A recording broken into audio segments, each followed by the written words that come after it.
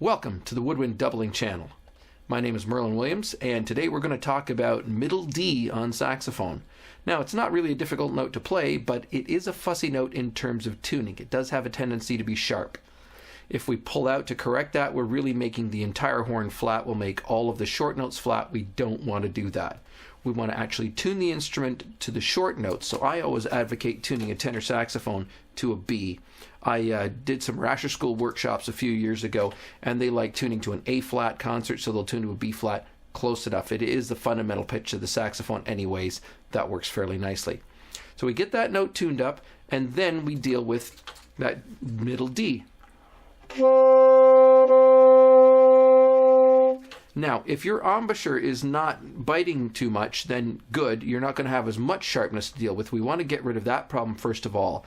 Cure everything here first, and then if it's still sharp, then we want to go to some of the alternatives. Alternative number one for dropping your middle D a little bit in pitch is to add the low B key. Now, it's such a common compensating fingering, I actually know players whose low B key has this lovely little circle of lacquer worn right off in the middle of it because they use it all the time. It does tend to darken the tone of the note a little bit as well, but it's acceptable. That's without the middle B key or the B key added to it.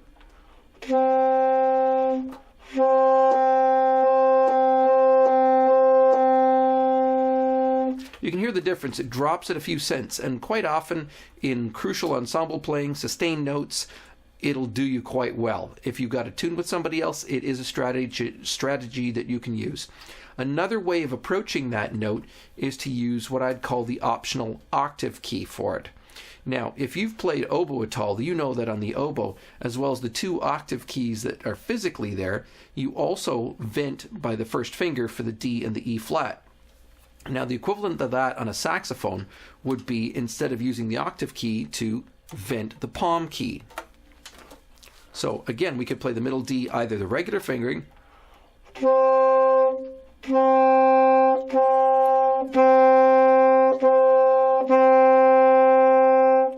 now you can hear that the middle D fingered regularly, pitch we're expecting, middle D fingered with the palm in addition to the long D fingering gives us a little clearer sounding note that is slightly lower in pitch again. Another good strategy.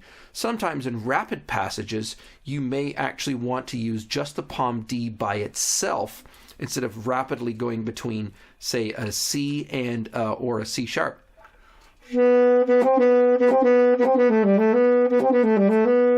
It's a little noisy and a little clunky to do that.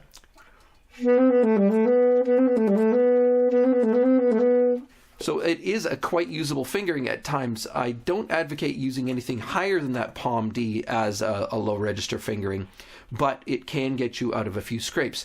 Now, obviously, those last two fingerings work particularly well on bass saxophone, and for a lot of bass saxophonists, they rely on it as a way of avoiding their D hitting too hard. So the palm D and the long D with a palm register opening, very, very useful on a bass saxophone, especially older models. They seem to have some difficulties there with that, and often because people tend to use mouthpieces that are maybe not optimized for bass saxophone, say using baritone mouthpieces that have been refaced, or even worse, baritone mouthpieces that are just their regular baritone mouthpiece, you quite often run into the problems with that note kind of seizing up and barking on you in a way that you really don't want on a bass saxophone. So there you have it. There's three different ways to deal with the D: adding the low B, using the long D, or long D with the palm key, or just using the palm key by itself. Short and sweet, and all ready for Halloween weekend. Thanks very much for watching the Woodwind Doubling channel, and we'll see you next time. And please subscribe, and if you have questions or comments, please leave them below. See you next time.